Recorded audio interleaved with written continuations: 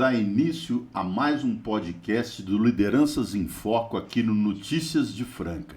Como nós fizemos no primeiro turno, aliás, no processo eleitoral, entrevistamos vereadores e candidatos a vereador, no sentido de conhecer qual era a expectativa em relação à eleição e principalmente quais as propostas que cada um dos candidatos defendiam.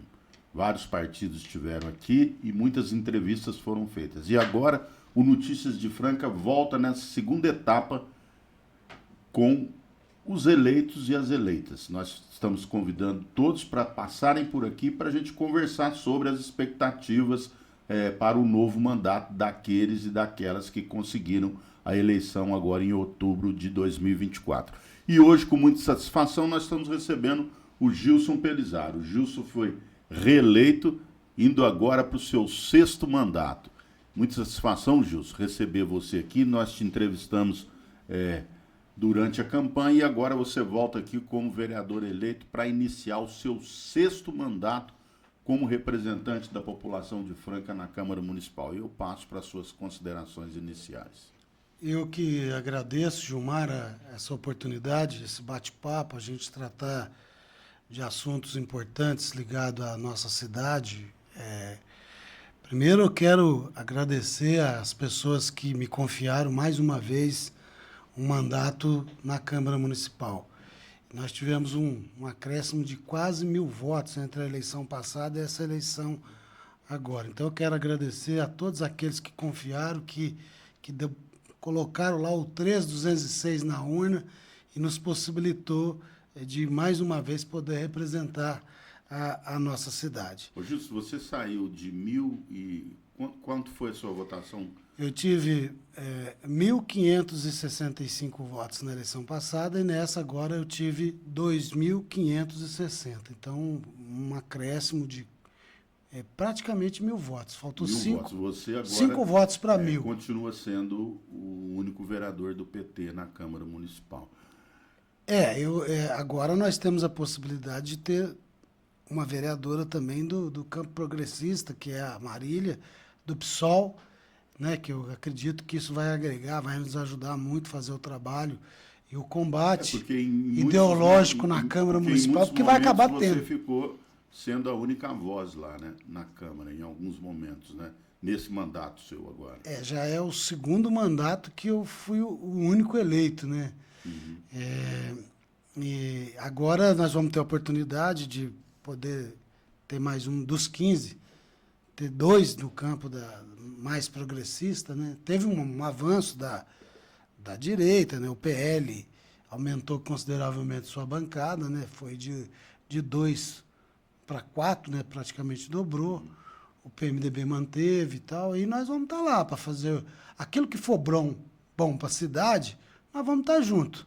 Aquilo que a gente achar que não é de interesse público e que os interesses políticos ou pessoais prevaleçam, nós vamos estar contra. Nós queremos o bem de Franca. Fazer uma relação com o nosso governo federal, com o governo Lula, abrir portas junto com você, com Bruxelas, a gente fazer um trabalho porque você de alcance. Fez isso nesse mandato, né? Você aproveitou muito, né, procurando tudo que pudesse beneficiar a cidade, fazendo contatos, debatendo grandes temas de interesse da cidade. E aí, assim, para o 2º mandato, como é que você pensa em trabalhar? Qual que vai ser a sua linha de trabalho para esse 2º mandato, uma vez que agora você voltou para a Câmara depois de um tempo nesse mandato atual e agora tem a possibilidade de continuidade. Eu sei que o momento é diferente, a realidade na política é outra, né? Como que você está se preparando para essa segunda oportunidade que você está tendo agora? Bom, a primeira coisa é fazer com que a Câmara Municipal tenha protagonismo, né? Que o Legislativo não seja um puxadinho do Poder Executivo. Isso é uma coisa que eu sempre prezei. Independência da Câmara. Independência. O Poder Legislativo tem que ser independente. Você sabe muito bem disso. Nós já trabalhamos junto como vereador, nós fizemos esse trabalho. Mesmo quando você foi prefeito e era vereador, a gente sempre tratou de uma forma bastante institucionalizada a questão, e dessa forma eu quero traçar o relacionamento com o executivo. Eu quero manter portas abertas para que Franca possa receber recursos. Nós temos já um trabalho junto a algumas lideranças em Brasília, né? Nós temos o Bruxelas, que é de Franca, que está hoje dentro do Palácio do Planalto. Nós temos você, que também tem esse trabalho em Brasília. E eu quero estreitar cada vez mais relações. E tem algumas prioridades. Acho que o Instituto Federal... Era isso que eu ia te perguntar. Será que agora você consegue, nesse seu segundo mandato, que Franca tenha uma unidade federal de ensino, ou seja, o Instituto Federal, até porque nós somos uma das poucas cidades do Brasil que não conseguiu ainda ter um campus da Universidade Federal? Eu já fiz vários contatos. Eu tive com o reitor do Instituto Federal daqui de São Paulo, Dr. Silmário, tive com o deputado Nilton Tato, que abraçou essa causa e está junto com a gente em Brasília trabalhando isso. Já tive no Ministério da Educação e a gente quer colocar Franca agora na lista das prioridades das cidades que ainda não tem. Terreno para fazer já? É isso que eu vou te falar. A grande diferença, tempos atrás, o doutor Ubiali tentou trazer o Instituto Federal e teve problemas políticos com a administração da época, que era o Alexandre, que não concedeu uma área para que fosse feito o Instituto Federal e nem arrumou salas para que, de imediato, o Instituto pudesse ter sido instalado. Agora não, agora ele já indicou uma área de mais de 30 mil metros, próximo ao campus da Unesp, é uma área que a prefeitura tem, e que ela atende aquilo que o Instituto Federal gostaria de ter. Tecnicamente, a área seria compatível para a instalação do Instituto Federal. Você sabe muito bem disso, Franca não tem uma escola de ensino superior nível federal, nós temos a Unesp, né? Mas nós não temos a nível federal. Franca é uma das poucas cidades do Brasil com mais de 300 mil habitantes, né, que não tem uma unidade federal de ensino. Portanto, eu acho que esse é um grande desafio e a gente, como cidadão, conhecendo a cidade, eu acho que toda cidade busca isso e você levantou essa bandeira há muito tempo e esperamos que você consiga êxito, porque isso vai ser importante, mais oportunidades para a população, para os jovens, né, estudarem uma unidade federal de ensino, quer dizer, com cursos gratuitos. Isso, sem dúvida, vai ser importante para fortalecer o crescimento da cidade ainda mais e principalmente para dar oportunidade para os jovens que vão começar, né, a sua carreira profissional, querendo, né, e tendo a oportunidade também de escolher um curso numa unidade federal aqui em Franca. O Instituto Federal é importante porque ele agrega o ensino médio, o ensino profissionalizante e superior. E nós não temos ainda em Franca nenhuma instituição de ensino com essa abrangência. Então seria muito importante que Franca tivesse. E Franca atende todos os requisitos necessários para a instalação. Nós temos demanda, né? Nós estamos localizados geograficamente num lugar que não tem nenhum Instituto Federal nas proximidades. O mais próximo é Ribeirão Preto, que na verdade é Sertãozinho, agora vai ter uma unidade em Ribeirão. Então nós estamos tentando trazer para Franca e eu acredito que já no ano que vem tem grandes possibilidades de trazer essa conquista. Tomara, Gilson, que você consiga trazer esse importante benefício para a cidade. Mas eu queria aproveitar aqui, Gilson, durante a campanha eleitoral nós ouvimos muitas críticas, né, de problemas que a cidade ainda tem, muitos candidatos apresentando propostas e sugestões, né, e alguns temas foram de destaque. Eu separo aqui alguns. Dentre eles, a questão da saúde. Porque a saúde, a gente sabe, hoje a prefeitura tem um gasto de mais de 30% do orçamento com saúde, mas isso não tem sido suficiente para resolver alguns problemas importantes. Como é que você pretende, enquanto vereador, tratar dessa questão para alterar essa realidade que ainda traz tanto sofrimento, principalmente para as pessoas que estão buscando aquelas cirurgias que não são cirurgias de emergência, de urgência, as chamadas cirurgias eletivas, que são pessoas que estão lá com a hérnia ou com um dreno ou com alguma coisa já há um bom tempo esperando uma cirurgia e não consegue. Como resolver isso? O que você pretende fazer como vereador para ajudar a destravar esse problema que nós vivemos hoje em Franca? Olha, eu acompanhei o debate político na cidade, muitos candidatos falando coisa de que não tinham conhecimento, não sabe como funciona a máquina pública, e fala de comprar cirurgia da Santa Casa, de comprar não sei o quê, que o prefeito não quis comprar, que não sei das quantas. Existe um problema político entre a atual administração e a gestão da Santa Casa. Isso é inegável. Isso é inegável. Mas se viesse aqui o governo do Estado e o governo federal com um caminhão de dinheiro, falasse, não, ó, problema de cirurgias eletivas em Franca não será dinheiro. Nós temos dinheiro. Nós não temos uma capacidade instalada de condições físicas para fazer as cirurgias. Então, a questão do hospital regional que está sendo construído, ele é fundamental para amenizar o problema, porque são mais de 16 mil, 17 mil pessoas aguardando um procedimento, alguns há mais de 5, 6, 7 anos, aguardando um procedimento.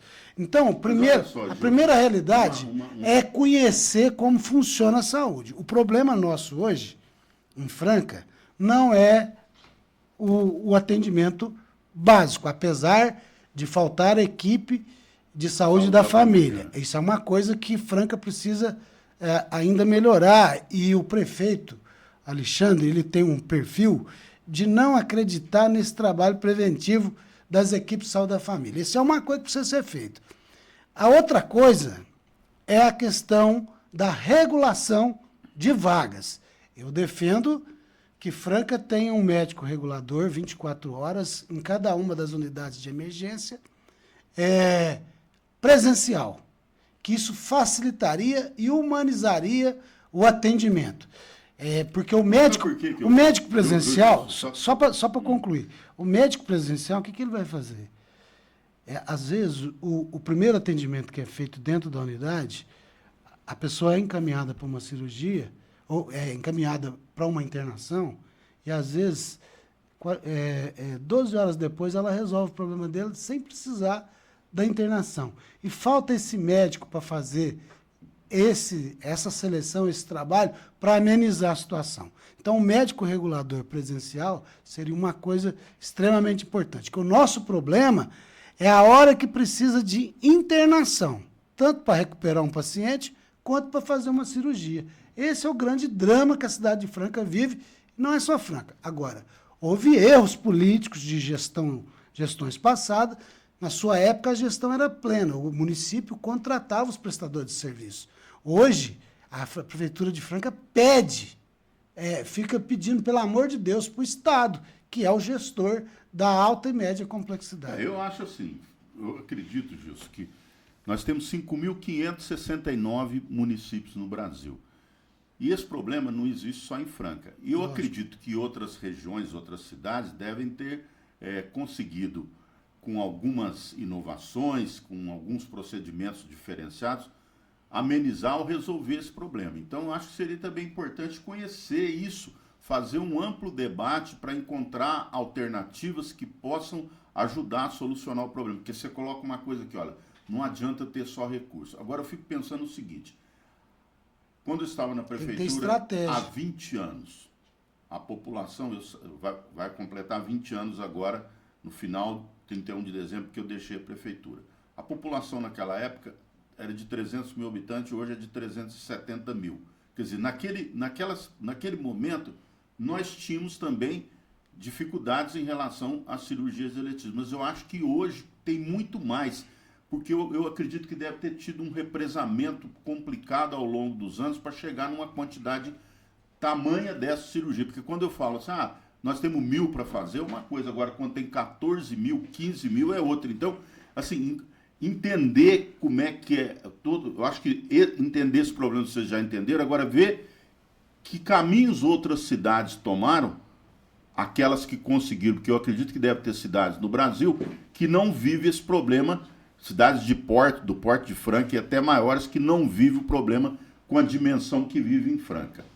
Mas depois da pandemia, a crise com relação aos procedimentos de cirurgias não urgentes, que são as eletivas, aumentaram demais, até porque um dos primeiros procedimentos tomados pelas autoridades de saúde, pelos hospitais, foi represar as cirurgias eletivas. Então ficou 2, 3 anos sem realização de cirurgias eletivas.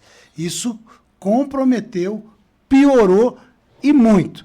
E o fato da regulação ser feita pelo Estado, isso compromete muito Franca, porque eu acredito que vários municípios do porte de Franca têm a sua própria gestão, a gestão plena, que o recurso vem para conta fundo e quem administra é a prefeitura que contrata os prestadores.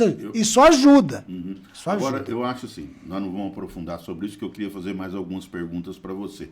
Mas eu acho que esse é um tema que você deve, a meu ver, abraçar, como você já fez, para buscar solução. Uma outra coisa que eu queria ouvir de você, esse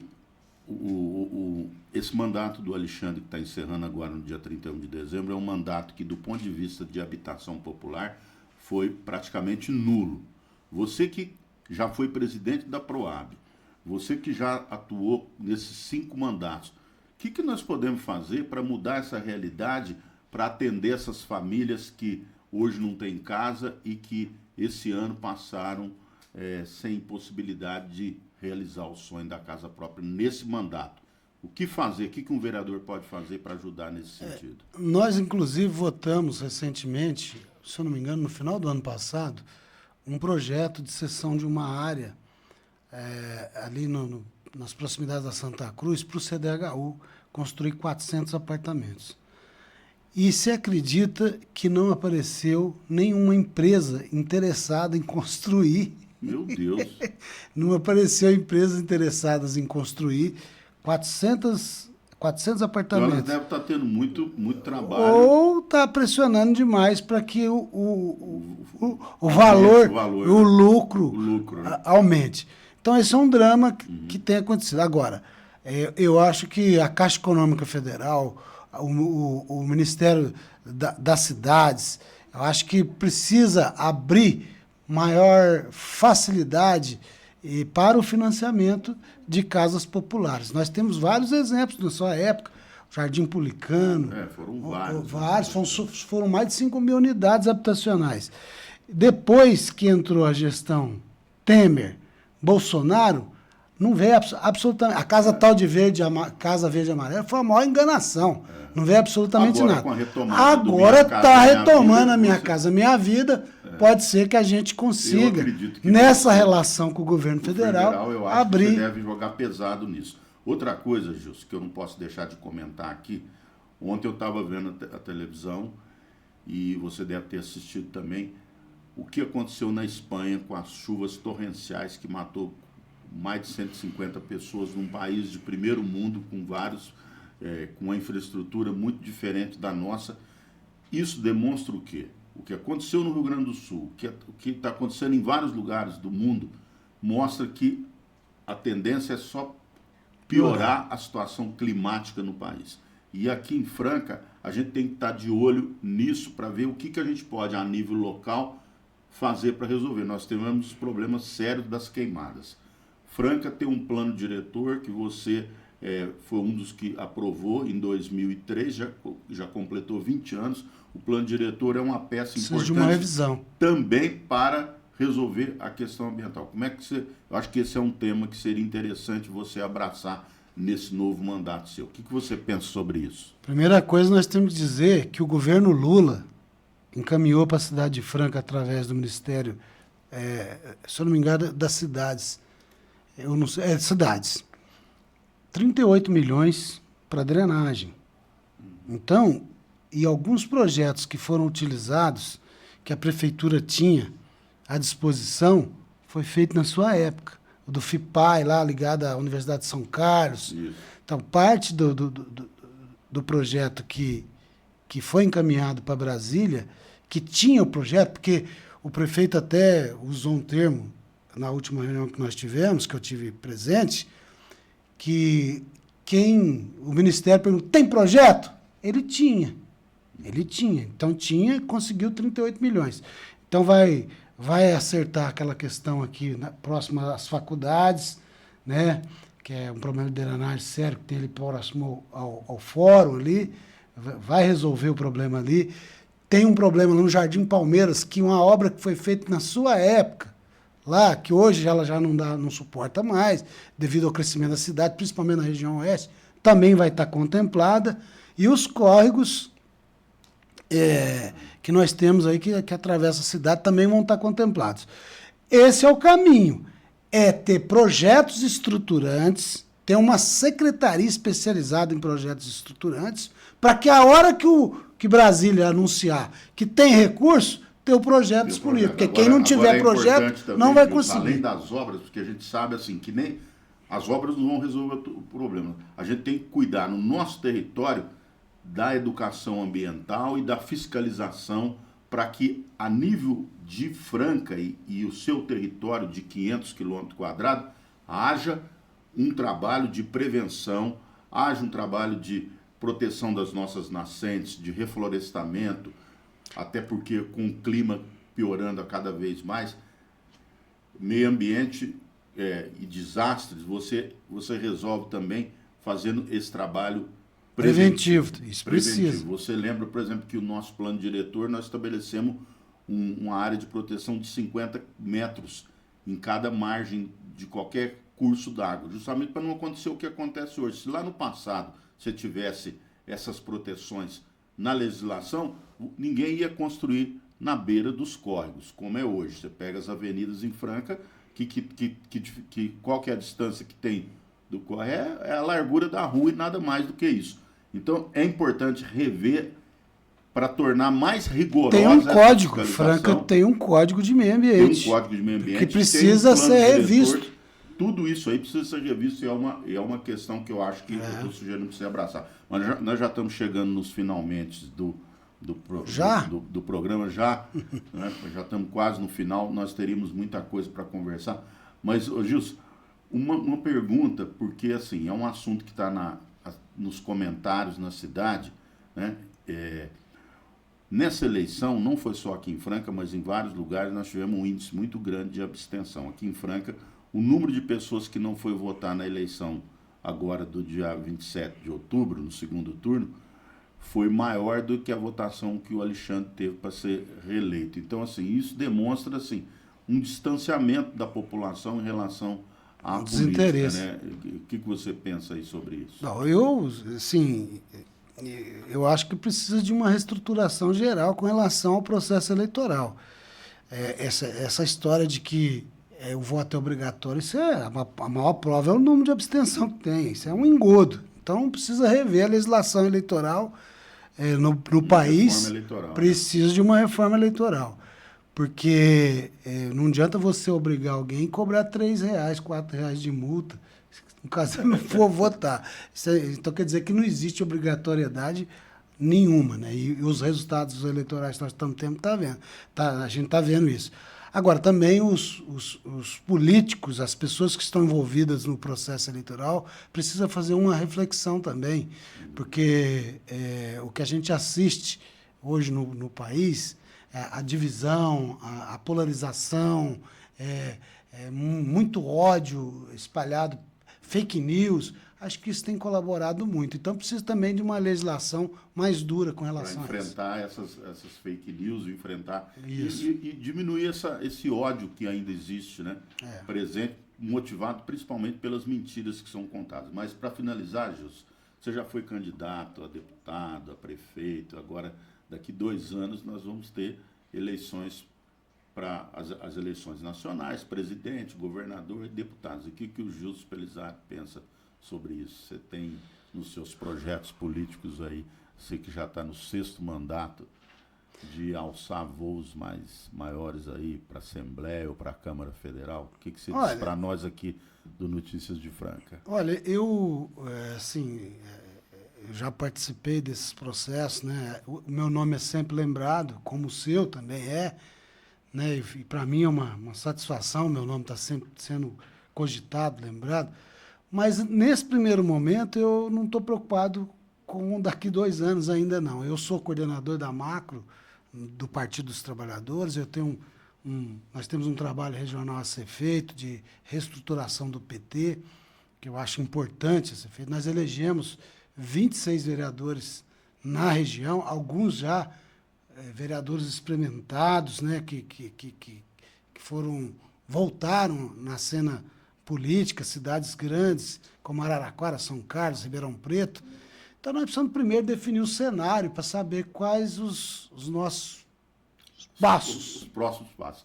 Mas é isso, nós conversamos aqui no Notícias de Franca, nesse momento aqui do Lideranças em Foco, com o vereador Gilson Pelizaro. Ele foi reeleito e vai iniciar agora, a partir de 1º de janeiro do ano que vem, o seu 6º mandato como vereador na Câmara Municipal de Franca. Fechando aqui, Gilson, Franca comemora 200 anos, 28 de novembro. Qual que é a sua mensagem para essa data tão importante da nossa cidade, naquela câmera ali? Olha, primeiro eu fico grato de poder, nestes 200 anos que a cidade tem, de poder estar representando a cidade na Câmara Municipal.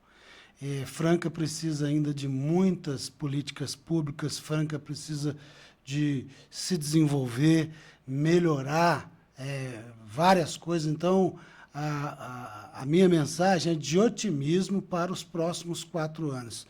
E a gente modernizar as políticas públicas da cidade. É isso que eu quero e eu espero que Franca avance cada vez mais no seu potencial econômico, né, e no seu desenvolvimento no estado de São Paulo. Franca é uma cidade extremamente representativa. Eu sou muito orgulhoso de ter o título de cidadão francano. Sou nascido em Cristais, eu tenho o título de cidadão francano e vou lutar muito, não nos próximos 200 anos, né, porque eu acho que não vou chegar lá, mas eu quero me colocar sempre à disposição da cidade que eu adotei e que eu amo de coração. Muito bem, Gilson. Um abraço e sucesso nessa sua nova empreitada. Obrigado.